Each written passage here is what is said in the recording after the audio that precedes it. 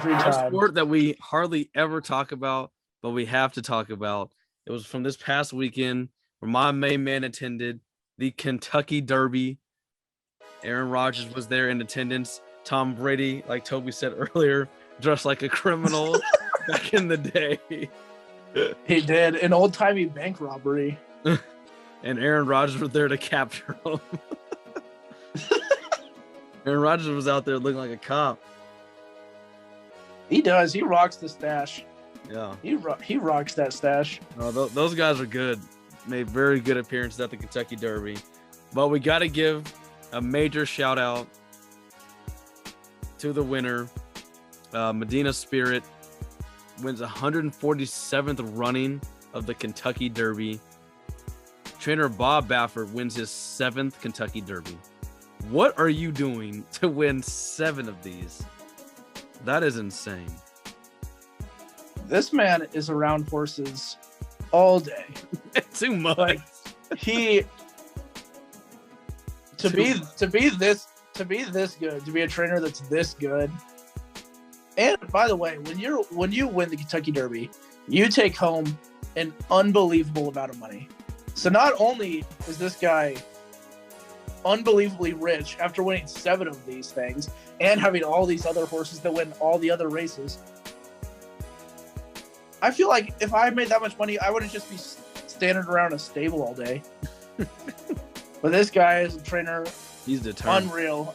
I watched an ESPN special about him, and if you get on ESPN, their daytime programming, that's usually the LeBron hour. If you get on that to have a story done on you, you're doing some good things, especially in a sport like horse racing, where you rarely ever see it mentioned. I liked it after he won his 7th Kentucky Derby. He said he felt like Tom Brady, who had just won his 7th Super Bowl, because he's in rarefied air.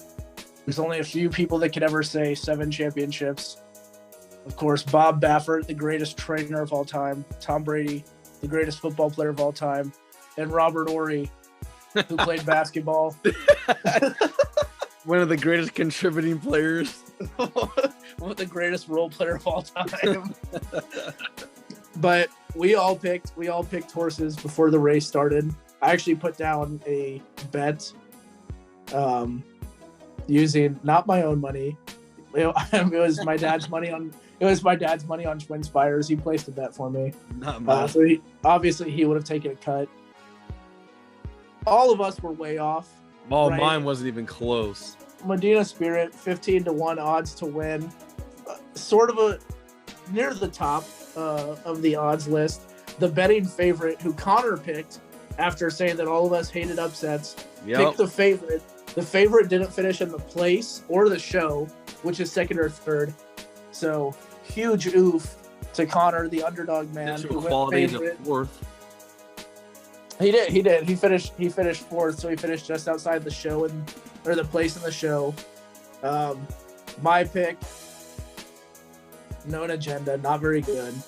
I knew it was going to be a long shot when you had to start at the number 1 post position, because as soon as you start there, that horse is just getting run right into the rail. Yeah, you need to get out to a great start. Yeah, you had to be amazing.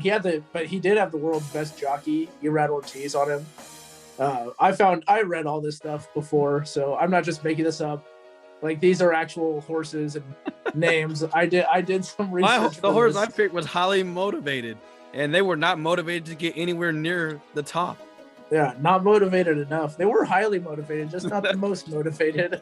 If it was most motivated, then you would have had a really good pick. Yeah. But highly motivated to crush people's dreams. Crush your dreams. Did you put money on it? No, I did not. I almost did. Yeah. Luckily, but I'm not. Yeah, good thing. I didn't put my heart. I didn't search enough the numbers to do all that. See, well, next race, I believe is the Preakness is the 2nd leg, correct? You asking the wrong person about that. I believe it's.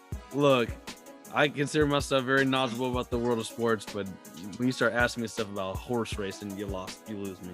Yeah, I learned a ton about sports or horse racing betting I over the didn't even weekend. know who Bob Baffert was. That's how bad I was. Dude, I think I could name. I think two. I think I comfortably know two trainers in the entire sport of horse racing. I didn't even know that guy was the one who owned American Pharaoh. And I picked goat of all goats. I picked Known Agenda because it was the other trainer that I knew, and he had the one jockey that I knew. So I said, you know what? These guys must be really good if even I know them. And then he but pushed to the rail. I just want to let everybody know that Preakness is the second leg. It's not run till October 3rd, so a lot can change in that time. Yeah, a long wait for the second leg of the Triple Crown. But if that date comes, I'm gonna pick Known Agenda again because it's the trainer that I know. It's the jockey that I know. I can tell you right now, I'm not picking Highly Motivated. They ain't motivated enough in that camp. You gotta see, these horses might not even be running in that race, which is gonna be unfortunate.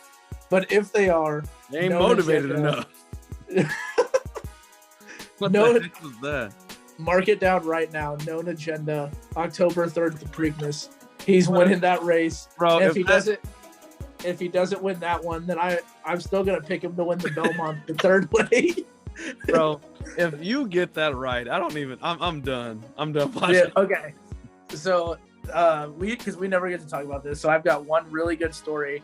It was when I was really young, and my dad, he loves betting the ponies, and he told me to just out of the blue, told me to randomly pick a horse, and so I was like, oh, I don't know. I was so young, I didn't know anything about these horses. I just saw the names and said, what name is cool? There's a horse named Empire Maker. I picked him. I picked him to win. And I believe it was the Belmont. I believe it was the third leg of the Triple Crown. And sure enough, Empire Maker wins the Belmont. It's now my gamer tag on PlayStation 4. So, a little backstory there. I do much better outside of the Kentucky Derby. I'm, more of a Preakness and Belmont guy myself. So. Oh my gosh. You're better at certain legs than others. It's true. It all depends on where it's at. I consider myself sort of like a Northeastern guy. I like the Patriots and Celtics. So when they race that up in New York, I'm more in tune with that one. It just makes more sense to me. I gotcha. Well, I'm kind of glad we got a chance to talk about the horse racing. We rarely ever get a chance to do it. So that was fun. I'll definitely be tuning in October, I guess, for the second leg. We've got to get like a big group. We got to go get fitted and go. Oh, go up there. Oh well, no, not well to the Kentucky Derby. Oh, we definitely have to go for the next one, yeah. All right, we definitely got to go to a Kentucky Derby at some point in time. I'm gonna find the most insane hat. Dude, I'm going all out. Oh, it's gonna be great. We gotta make that happen.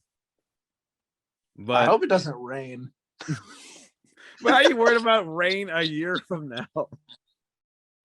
Well, I'm just thinking because I was thinking everybody else wears like super nice but huge hats. And I'm gonna wear the biggest, foamiest orange hat. I'm gonna stick out. No, never mind. I ain't going with you no more. You gonna cause a scene. You gonna cause a scene. I ain't going with you no more. Bro, nobody behind me is going to see any of the race. This hat's gonna be so big. Yeah, you gonna cause a scene. How much does that hat hold? 5,000 gallons. Okay.